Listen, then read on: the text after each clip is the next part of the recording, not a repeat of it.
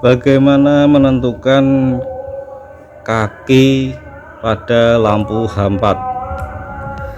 Sebelumnya himbauan, hati-hati apabila memegang lampu H4, jangan sampai kulit kita tersentuh pada lampu ini, pada kaca ini, karena nanti bisa rusak, bisa cepat rusak.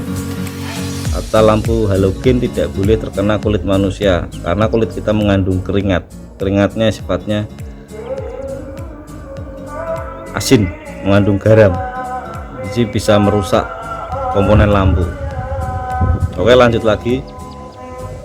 Untuk menentukan pedoman, untuk menjadi pedoman saja ya, ini penentuan kaki apabila belum paham atau mungkin lupa, untuk diingat-ingat saja.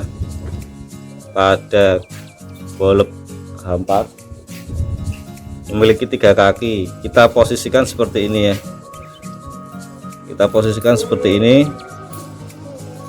Ambil yang paling kiri, kaki yang paling kiri. Kaki yang paling kiri berfungsi sebagai kom atau negatif atau massa. Kemudian yang atas lampu dekat, yang paling kanan lampu jauh. Jadi hanya diingat-ingat saja posisi lampu seperti ini. Kita ambil patokan satu sebelah kiri bisa massa. Pada kebanyakan lampu ini berfungsi sebagai massa, berarti yang ini lampu dekat positif, lampu jauh positif. Tapi ada juga yang komnya ini positif. Kalau komnya ini positif berarti ini lampu dekat negatif, lampu jauh negatif. Tapi pada umumnya kebanyakan lampu ini negatif. Kalau ini negatif berarti lampu dekat positif, lampu jauh positif.